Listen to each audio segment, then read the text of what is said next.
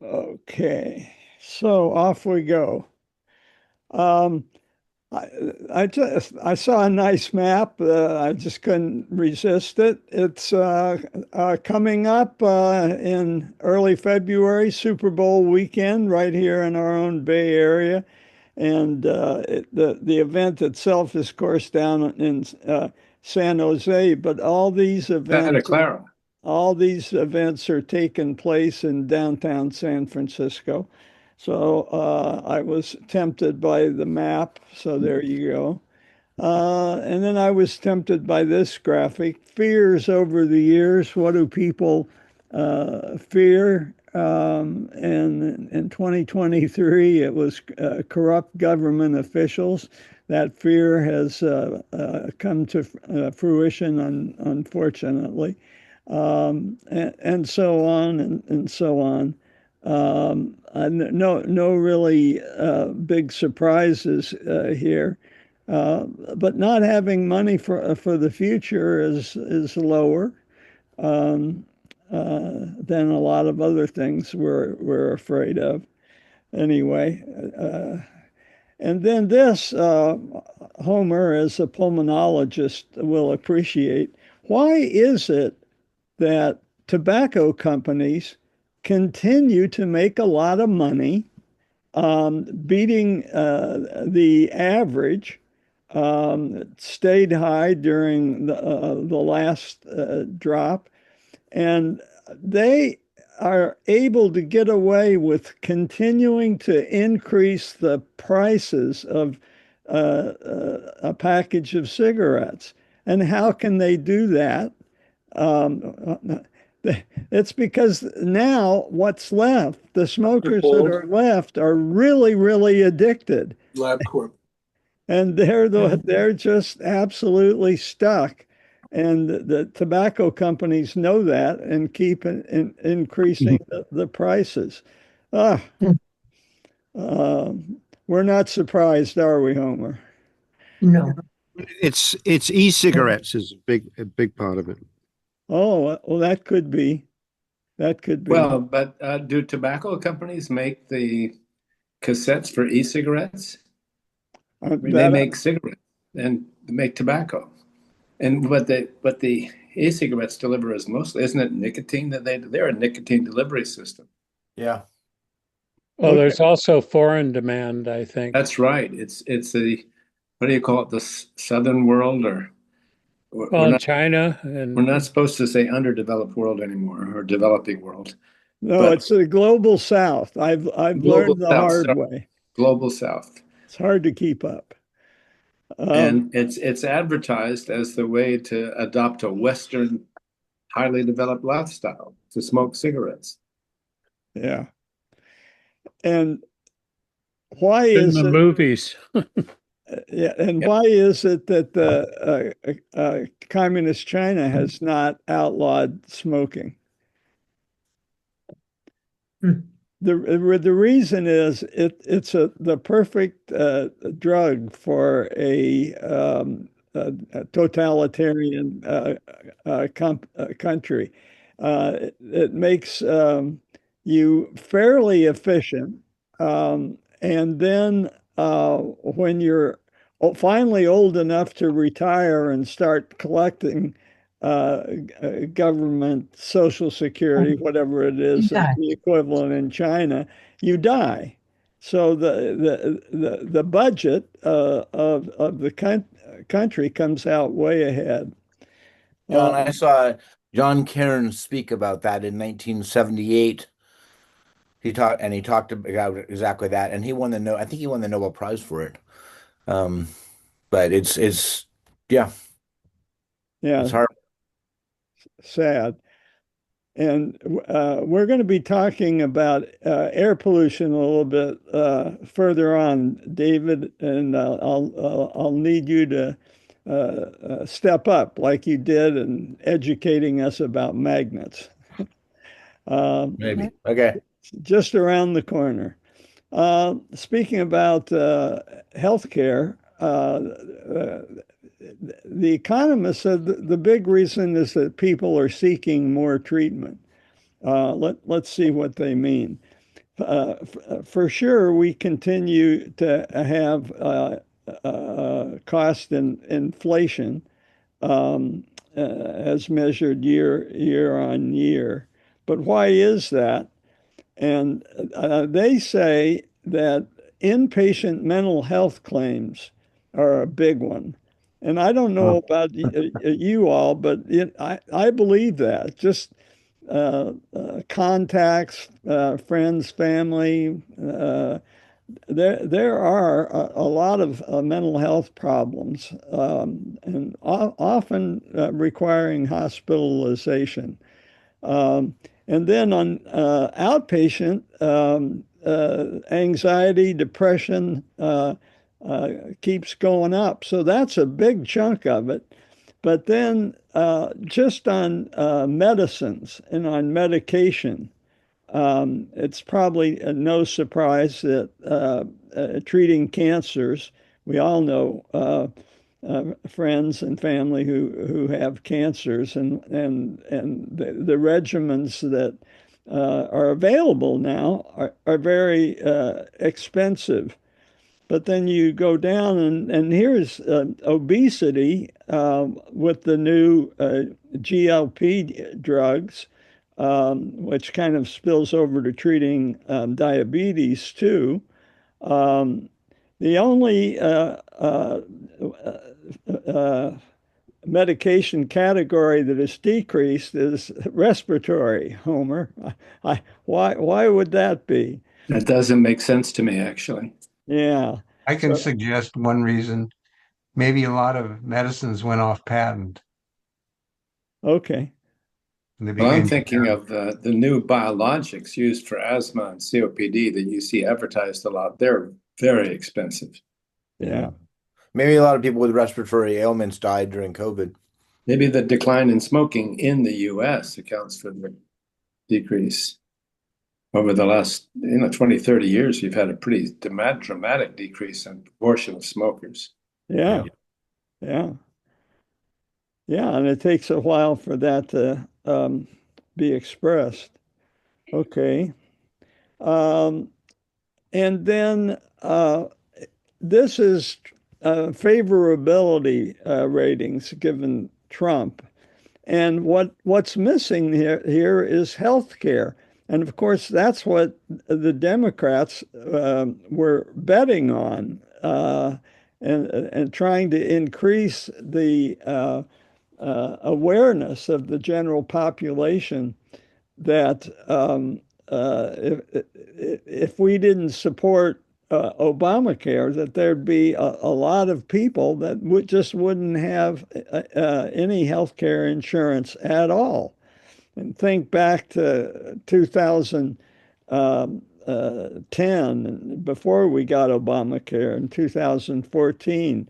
We were constantly reading about uh, people going broke because they couldn't pay their health care bills. yeah. So strange that it's not on this list. But notice what is on this list: tariffs are the almost the least popular of all these measures of Trump's performance. So that's encouraging. Um, Homelessness, I thought this was interesting. I was attracted by the graph. Yeah, Jim. It's not on the list because he hasn't done anything about it. Well, uh, yeah, you'd think that would put He it at can't the, have a rating if he hasn't done anything about it. He's not okay. in the news about health care. Yeah, fair enough. Well, there was an article in today's Contra Costa Times about that. They think, healthcare costs are going up, and people, especially with Obamacare, unless they get those subsidies improved, most of them are going to start hearing, they're going to be talking about healthcare costs. The same thing with employment-based health insurance. I just saw a graph, the Kaiser Family Foundation, if you want a resource. There's the cost for employment-based health insurance and copays and deductibles is going up. So it's not front and center maybe, but it will be. Yeah, well, we may have another chart to put up in a year or so. I was attracted by this striking graph. Homelessness is certainly a big problem, and it's look at how much housing, new housing, dipped, and we remembered the global financial crisis and people having to walk out of their homes because they could no longer pay the mortgage. So that's no doubt what caused that. And now we're really paying the price with fewer houses, slowly building up though. But this struck me. Austin is one city that has managed to defeat this downward slope, and there's a lot more housing being built. And it has to do with local governments doing a quicker permitting, loosening demands on how much space had to be devoted to parking. That made it easier to build apartments, defeating the not in my backyard crowd. And then just reducing minimum lot size to allow smaller homes, starter homes, and allowing multiple homes per lot, granny units, and allowing an increase in height. So up to 5 stories. Walnut Creek did something like that fairly recently. And then in some structures, allowing only one stairway instead of mandating two, which seems like a small thing, but if you think about it, that might make a difference. The 2 stairs, of course, is to allow a quick escape, but it's a trade-off, isn't it? Yeah. All right, Japan. We've kept talking about Takichi, and she did something substantive. She drifted away from this strategic ambiguity where we won't say whether we'll intervene to prevent China from taking Taiwan. Maybe we will, maybe we won't. And she's sparking debate by not being ambiguous anymore, by being straightforward and saying, if we'll defend. And of course, with Japanese history and her own history of revisionism, sparked a big response in China, which I won't bother to read out. But it's quite an emotional issue, and she's proving to be a fairly courageous politician, whether right or wrong. Last week I did baseball in Japan, and I was remiss.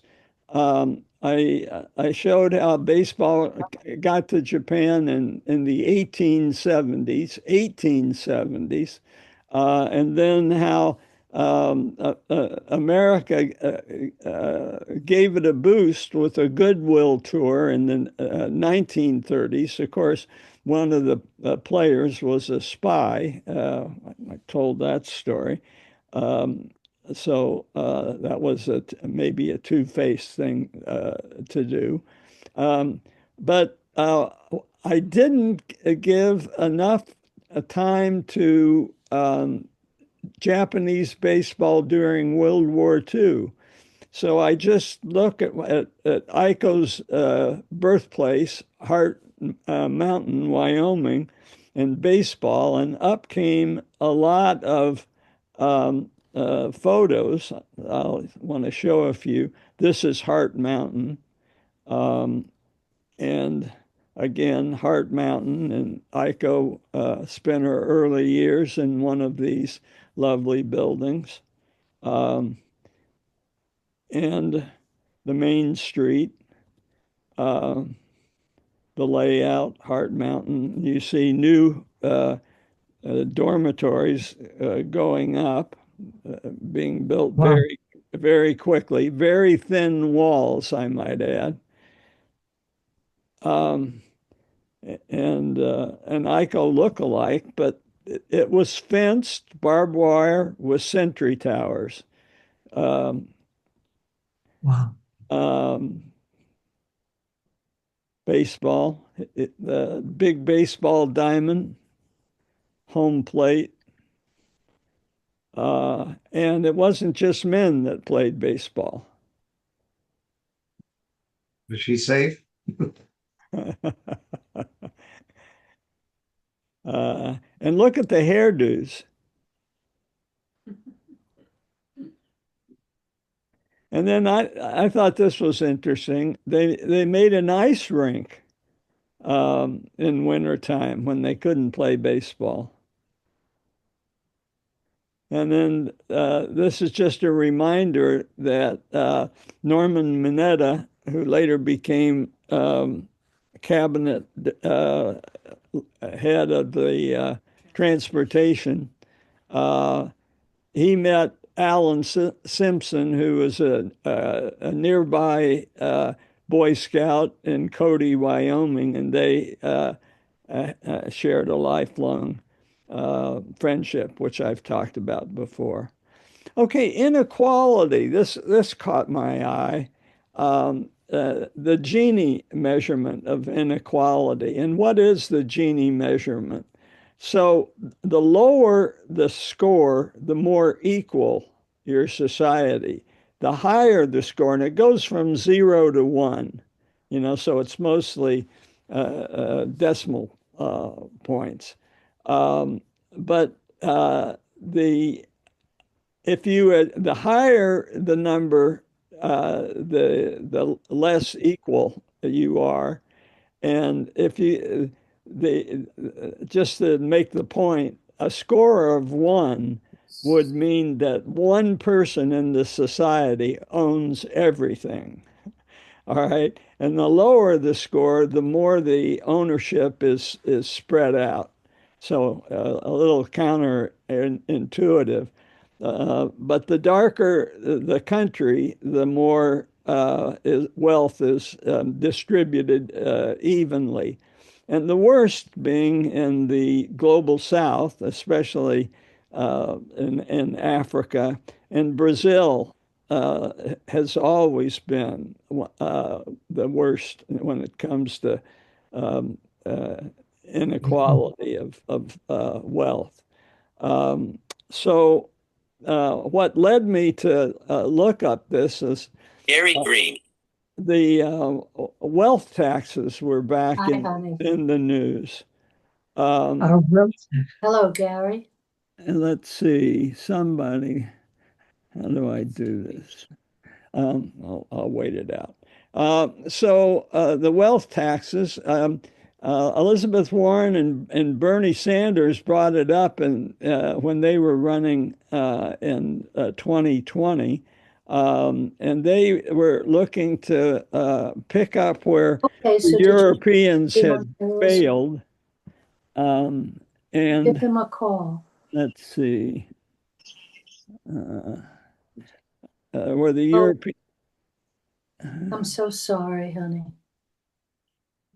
Toby, Toby. yeah, um, the and Biden, he introduced a bill for the wealth tax, but it didn't pass. So recently the French had another go at it, and it's appropriate because it's been mostly Frenchmen, particularly Zuckman and Piketty, who have talked about how beneficial a wealth tax would be. So it's not an income tax. It's which is a changing number year to year. The wealth tax is a cumulative number of all the goods that you've accumulated. And the point that they make is the top 43% of the world's wealth is owned by 1% of the population. Wow. And that makes it a very popular thing. Piketty wrote about this 11 years ago, and this became a bestseller. And Ramsey decided that we should read it, and some of us did. It was over a summer, and we met every week and read a certain amount of and I think we came to understand pretty well. And yeah, Aiko. Can we just go 2 slides back? It looked like there was a country in Africa that was maybe, yeah, that's blue. Is that Morocco or Algeria or someplace? Where is that? Is that in Africa? This one? Yeah. I think that's Morocco. I think Morocco's to the That's left. Algeria. Yeah. Algeria, is that equal? No, I think this is West Morocco. I think this is Morocco. I could be wrong. I think Morocco's not no, that no. large. This is Tunisia. Tunisia. Yeah, that's Tunisia. So okay, Algeria. Algeria is really that equal? Yeah, All Which was a poor. French Or poor? French Maybe we're all influence. equally poor. yeah. Well, it's surprising that Egypt and Sudan are somewhat blue, isn't it? Yeah, better than us. Yeah, yeah, but again, the good point. Maybe everybody's equally poor. And look at, okay. Well, I just did a search on Algeria and it comes up with a completely different number. It says Algeria's Gini coefficient is 61.9, which makes a lot more sense to me. Yeah. Yeah. Really? Well, okay, we'll have to look at this. And Russia's very equal, according to this. Yeah, Yeah. equal with us. Well, no, it's not. It's like us, isn't it? Never mind. Is that Mongolia or Russia? Mongolia, isn't it? That big blue. Mongolia's light blue, Light Oh, blue. it's light blue. like What- Japan. What does yellow signify? I don't understand that. It's a between. Gini score of 35 to 40. But what does that mean? That we're more equal or? So middle. the worst score is 1. Okay. Right? One guy owns everything. And the lower the score, the more wealth is distributed.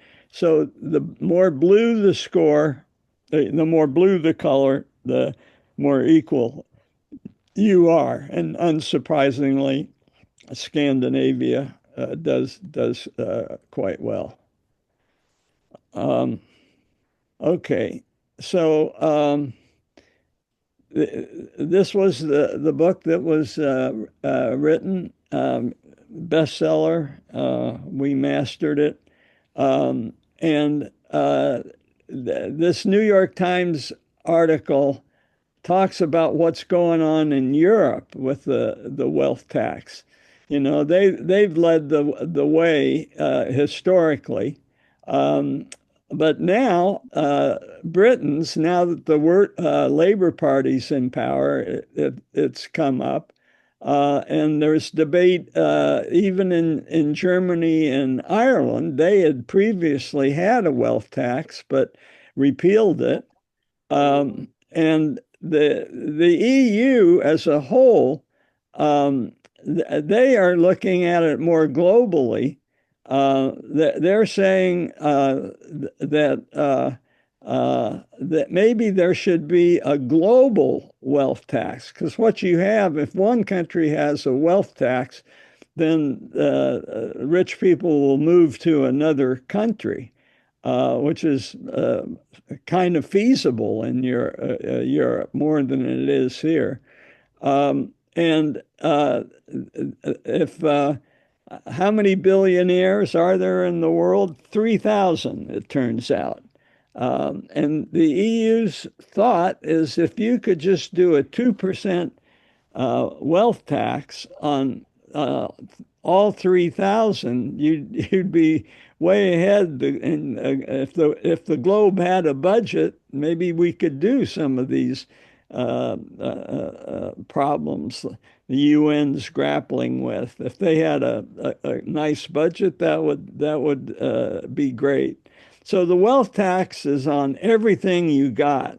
And that includes real estate. And it looks, real estate is really a form of a wealth tax, and it's much easier to do logistically. You've got a property, and there's only so many properties, and you can do it.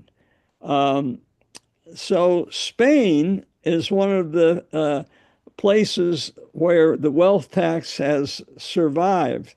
And during COVID, when everybody was, at least in Europe, feeling more in solidarity with each other, it turned out that COVID just made our polarization worse. But in some places, believe it or not, COVID made citizens feel more in solidarity with each other. Imagine that. And so they instituted a wealth tax on people with more than 3 million euros.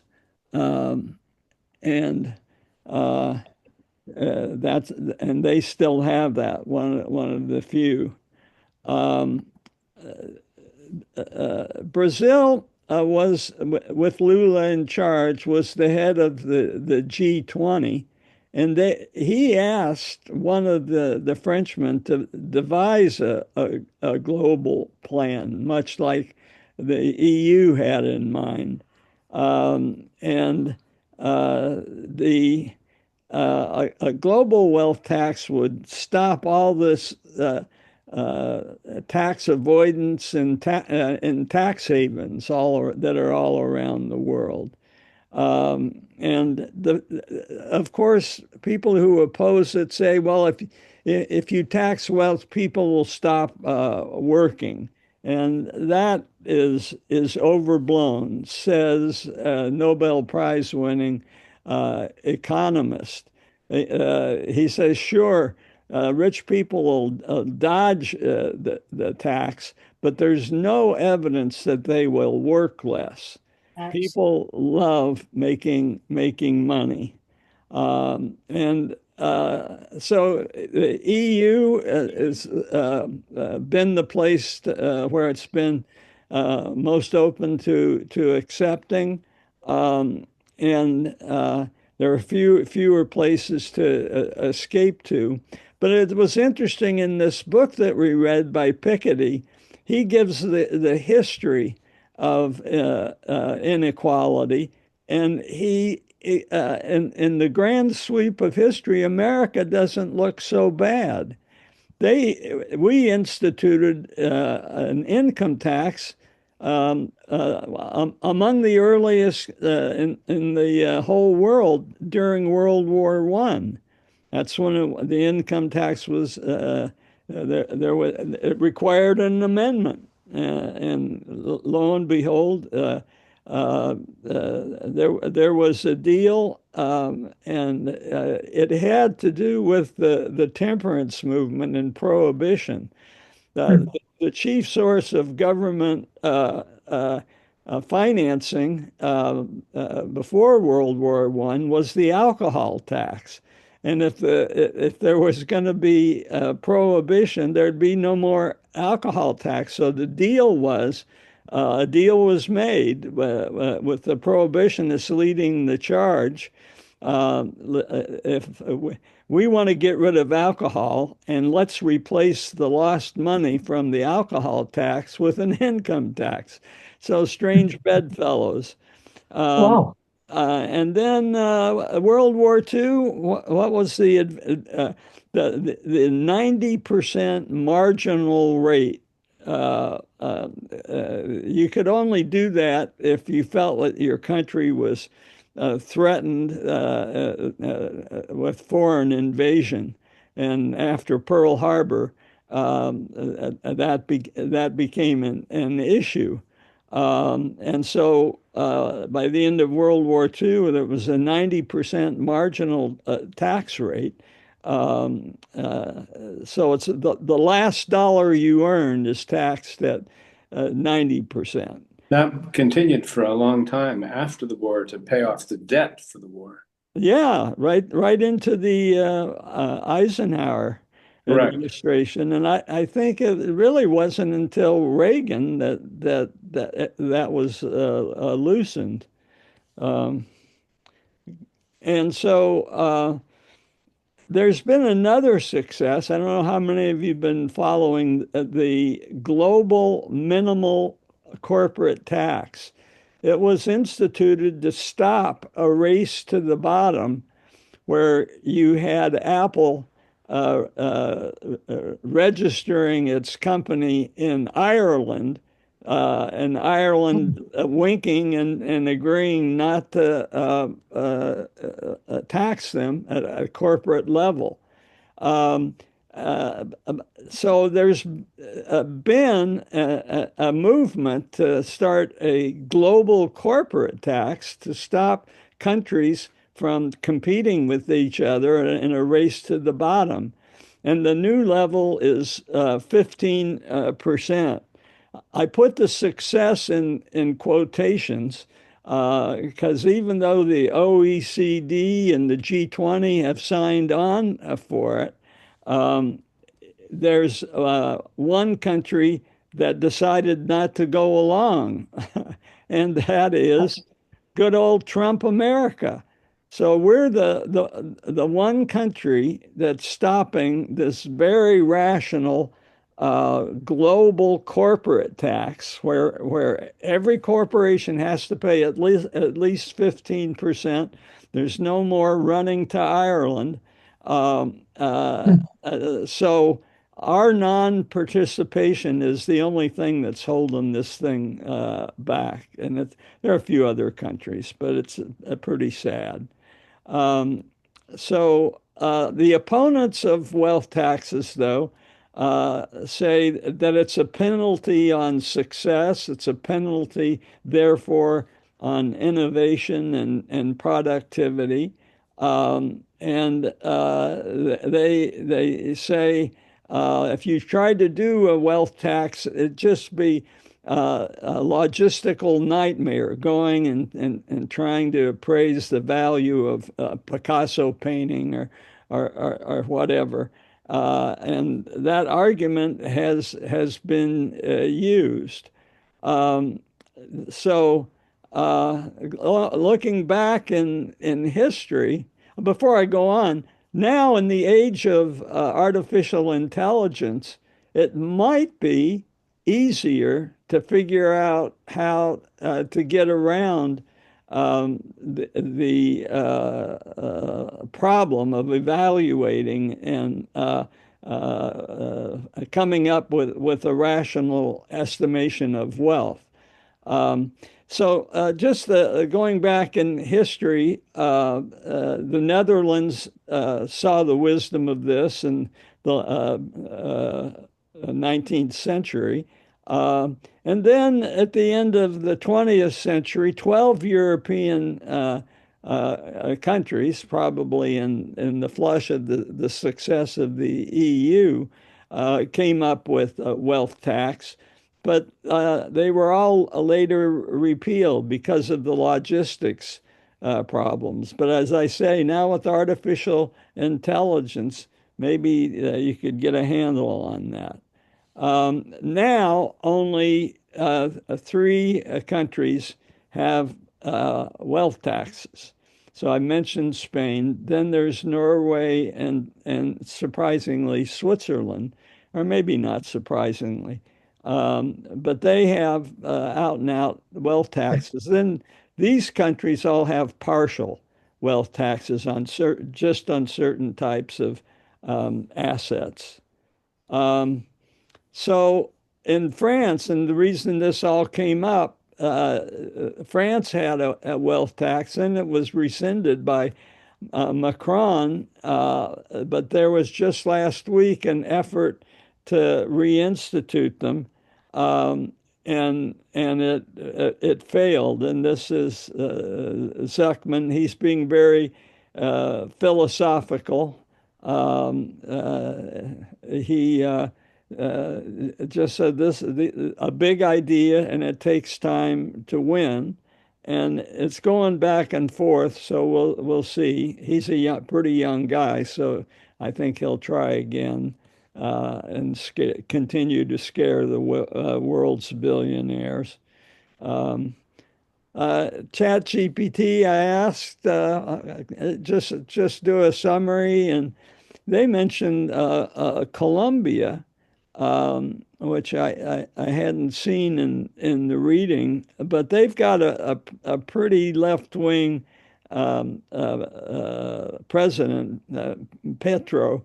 We know a lot about him because our daughter-in-law is a Colombian economist. So, of course, we heard about Petro and what Colombia is doing. And then others where something's going on, I think I pretty much mentioned everything. Belgium makes their list where there's some energy. But just income tax. So I read an article as long as I was thinking about tax on income tax and where we are in America. And this is a kind of an interesting dissenting essay where the author mustered a lot of data showing that our income tax system actually has become much more progressive over the last 40 years, step by step, small step by small step. And it's the tax credits that help the poor. And it shows with taxing the wealthy and actually giving the poor a negative tax, which is a tax credit, has evened out the tax system. And this is the guy, George Mason University, pretty conservative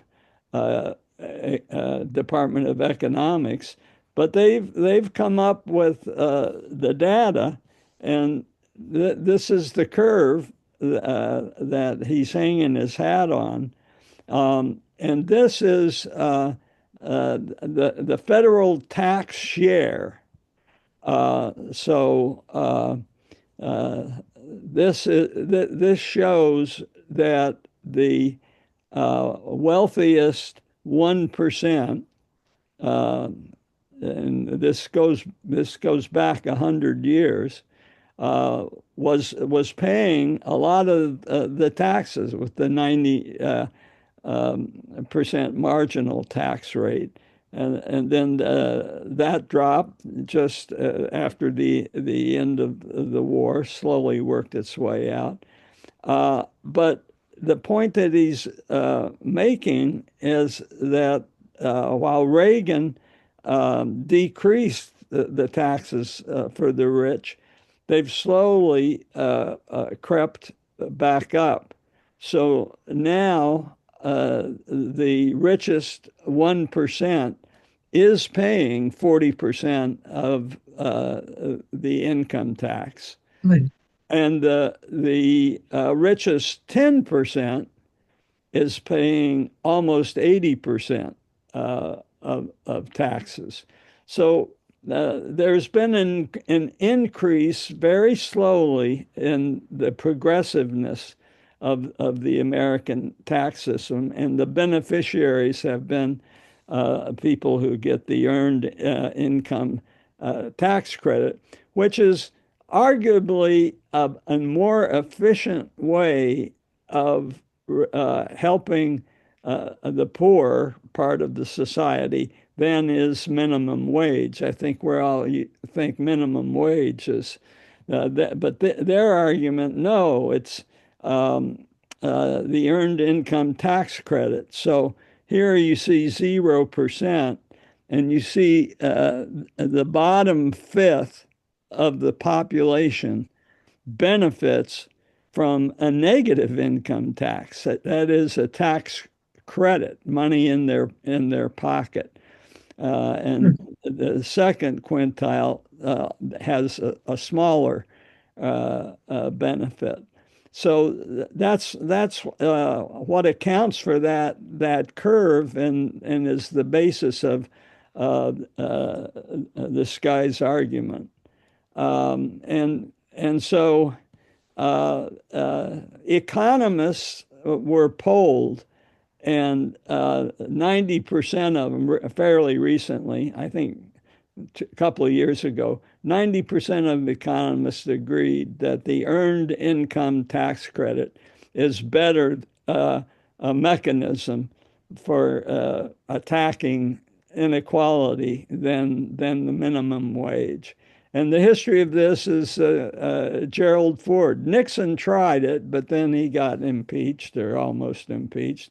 And it was left for Gerald Ford to actually see the earned income tax credit come into action. So that greeted Reagan when he came in, and he didn't touch it. So earned income tax credit. And now I'm for something completely different, but I'll pause a second and catch my breath. Okay, on we go. We've been talking a lot about China, but we really haven't been talking specifically about the flashpoint. We just hinted at it with the Japanese Prime Minister's message that Japan might come to the rescue if China Taiwan. attacked Taiwan. But let's look at Taiwan is at the very top end of what? Of the South China Sea. And Yes. this is a sea of contention because what China has done is created a 9-dash line that says this is our area of influence, and everything inside of this 9-dash line is belongs to us, and we're free to do what we want. And America continuously said, "Oh no, you don't," and they deliberately sail ships along Taiwan and smack dab through the South China Sea. And who supports us in doing that is the Philippines, number one. But Vietnam, our former adversary, is all in favor of America cruising through the South China Sea because there's no love lost between Vietnam and China. And you know, they fought a war, a couple of wars, fairly recently. And Malaysia has an interest as well. But I want to direct your attention to something that's very small, the Scarborough Shoal. I'll be saying more about that in just a second. Um, and just those magnets that David talked about, the lack of the raw materials to make magnets is now threatening our deadliest fighter jet, some of whom have been deployed near the South China Sea. Hmm. So China up Scarborough Shoal, right here. Here's Manila, not that far. Um, and the naval tensions around this little dot are at the highest peak they've been in a long time. We have an aircraft carrier, our largest one, the Nimitz, prowling around Scarborough Shoal. And recently, a helicopter crashed in the South China Sea. And then we scrambled a jet, and it was launched from the Nimitz, and it crashed too. So we've skinned our knee in the South China Sea just recently. This is the Scarborough Shoal, kind of the way it is now. Nothing much going on inside, but looking at an example of what China's done with another shoal, is they've completely weaponized further south in the South China Sea, a shoal, which is basically just what remains of a volcanic crater, a rim, and then there's enough of what's the word? Uh, there's enough earth around the edges of this crater. It's got a name, but the Chinese have been able to fill in cement and actually build military base. And so Wow. here is a larger view. And this is where China has done some of their mischief. One of them is actually named Mischief Reef. Yeah, Mike. Well, one of the issues with rising sea levels, they may build those bases on these reefs or whatever they are, but in a couple of years they may be underwater because sea levels are going up and so on. I'm not so sure that's the best military decision. Yeah. You better let China know. Oh, I remember the word I was looking for, an atoll, Atoll. That's what's left of a crater. So China has taken some of these reefs and atolls and weaponized them. This is the nine dash line again.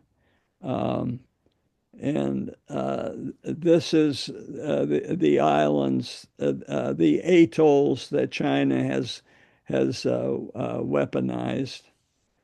Kidding. Yeah. And so, why is the South China Sea important to begin with? Oil. So there's a lot of oil that's coming in, and uh, going up around Taiwan to South Korea and Japan. The thickness of the lines, I think, is commensurate with the amount of material going through. But there's a choke point here, the Strait of Malacca.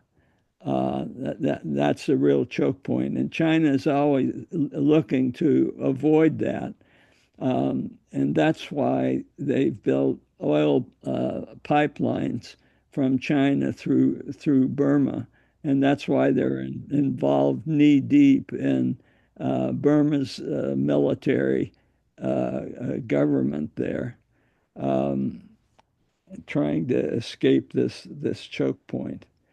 Um, and Scarborough Shoal right there once again.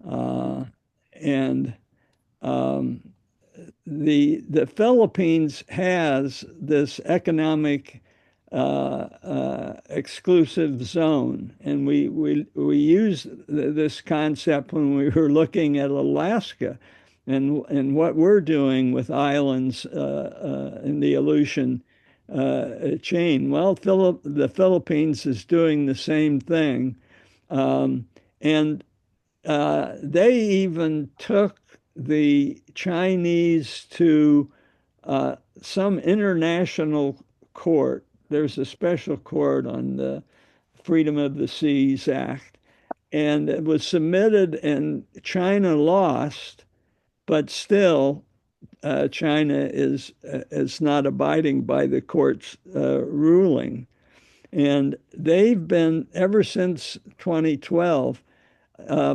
pushing Philippine ships away from Scarborough Shoal and sending in their own Coast Guard and fishing vessels. And Obama got annoyed enough to make that a red line. Now, Obama, of course, is uh, scolded for not keeping the red line in Syria and giving Russia an opening into Syria.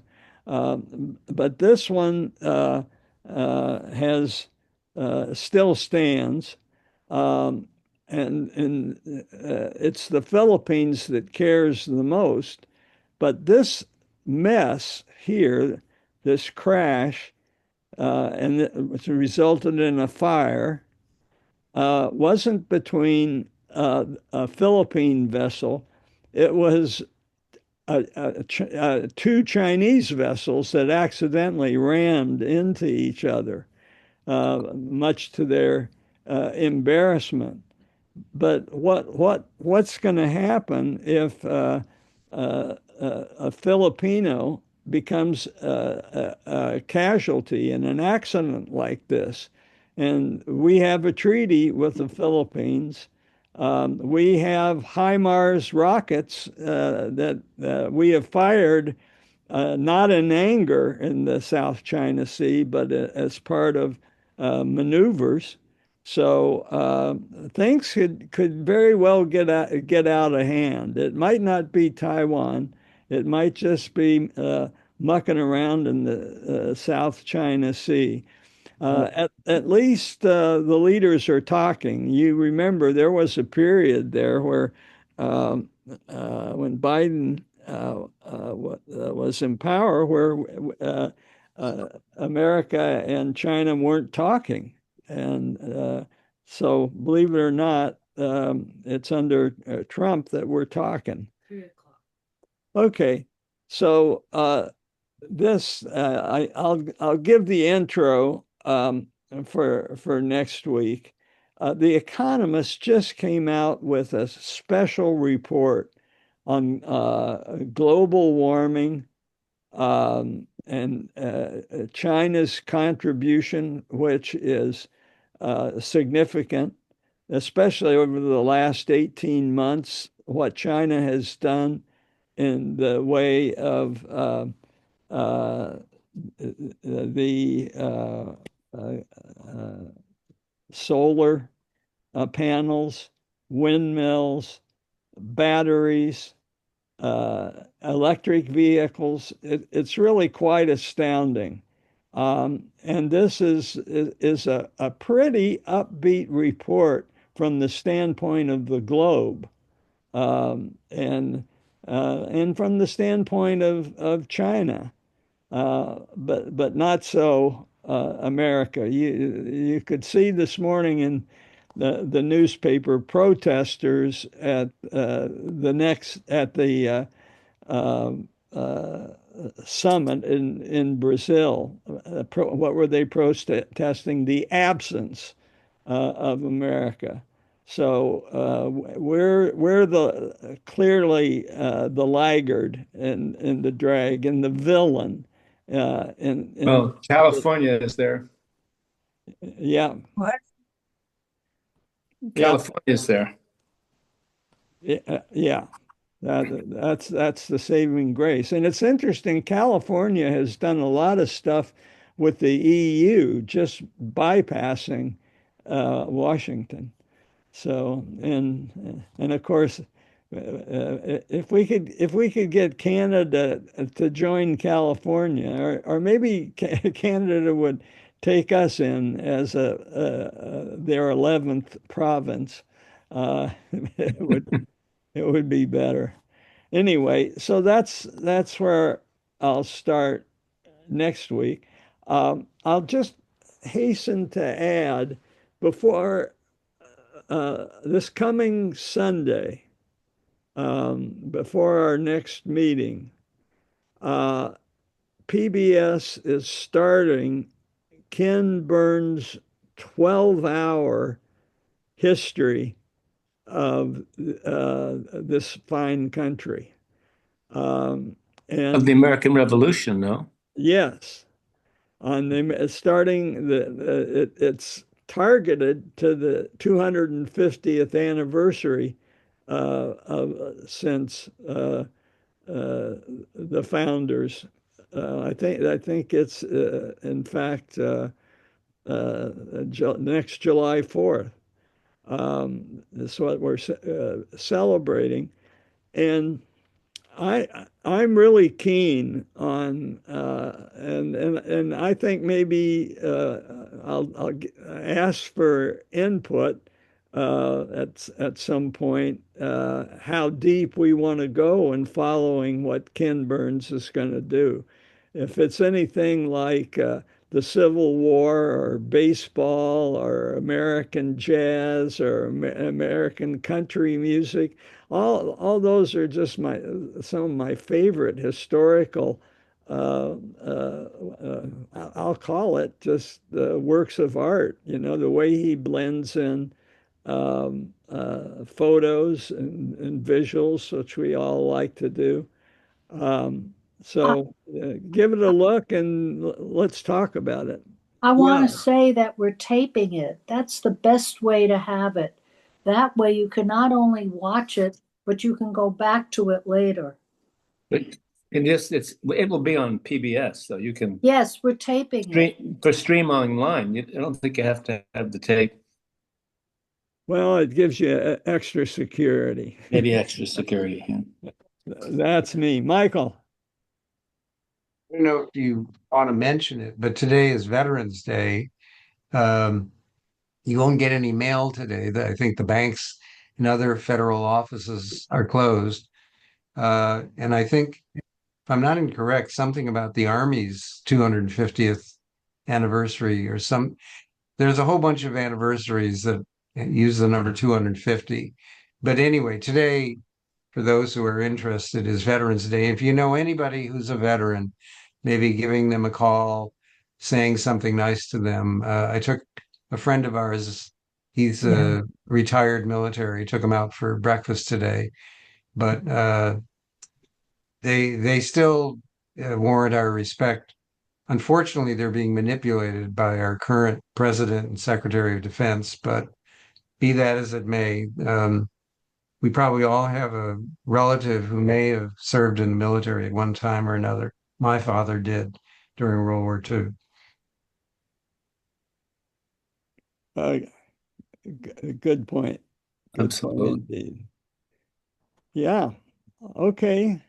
So Even John, I think you were in the military theoretically, weren't you? You're a veteran. more than theoretical, I wore a uniform. I was a uniformed member. I was in the public health service, though, Hey, so you're a veteran. but I still had to wear a uniform. And as a uniform member, you get a lot of perks. So we could go to army bases and go to the PX and buy stuff. When we were in Tuba City, we went into Flagstaff. But at the end, you get something called terminal leave, which means that you can get on any uh, military airplane. All you have to do is go to the nearest military base, register, and get in line. So for us, we came at home from Arizona and we went to Travis Air Force Base and we said, we sign us up to get to Japan, please. And this was the beginning of our round the world trip, where we ended with Homer in Oxford. But at the beginning, we were on the list, and we went and we checked into the Travis Air Force Base, got a room, and just waited, and nothing came available.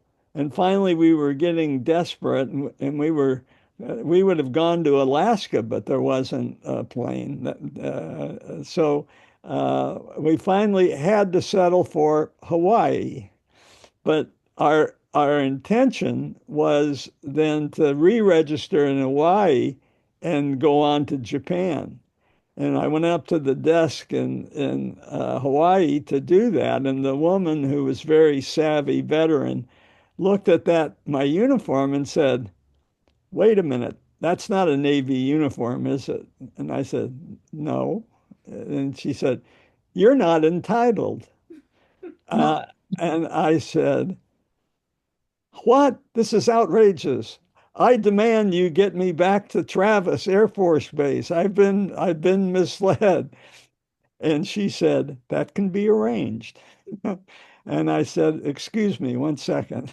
And I went in the bathroom and I changed out of my uniform, put it in a bag, and Aiko and I went to Honolulu. That's the end of my story. Some story. Oh, Good yeah, story. Bruce. Yeah, John, did you happen to hear or see John Stewart last night by any chance? No. Yeah, he had a couple representatives on there that they were veterans.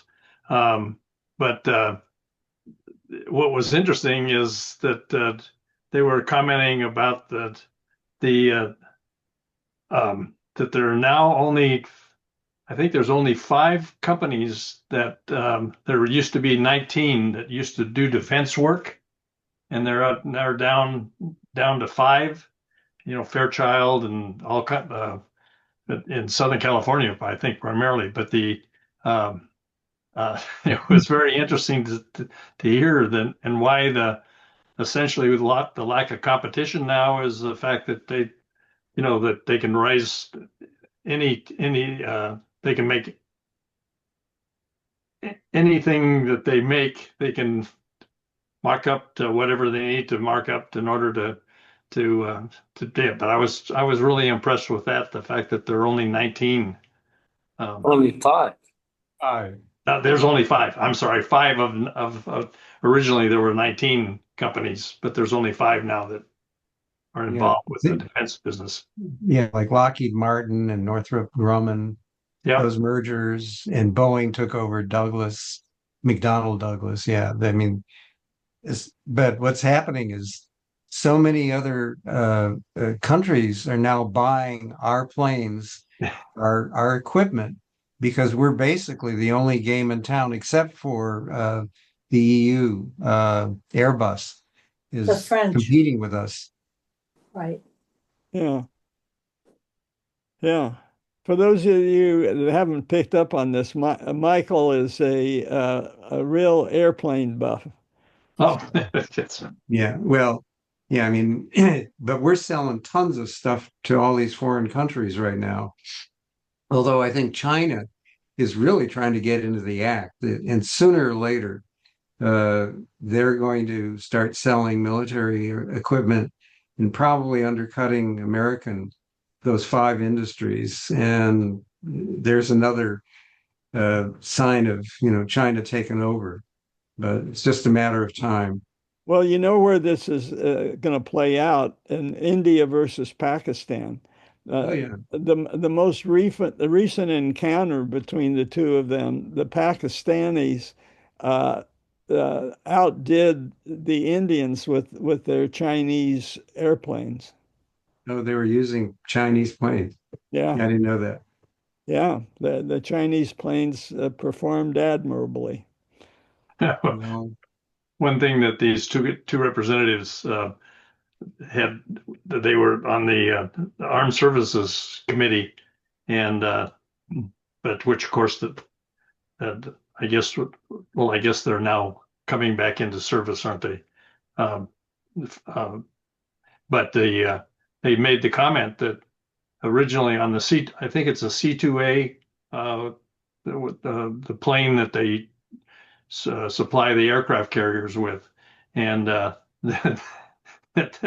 soap dispensers went from being $5 a unit to 700% markup or something. So they're now they were the amount of money that the prices could be raised. So very interesting. That was interesting to hear these guys talk.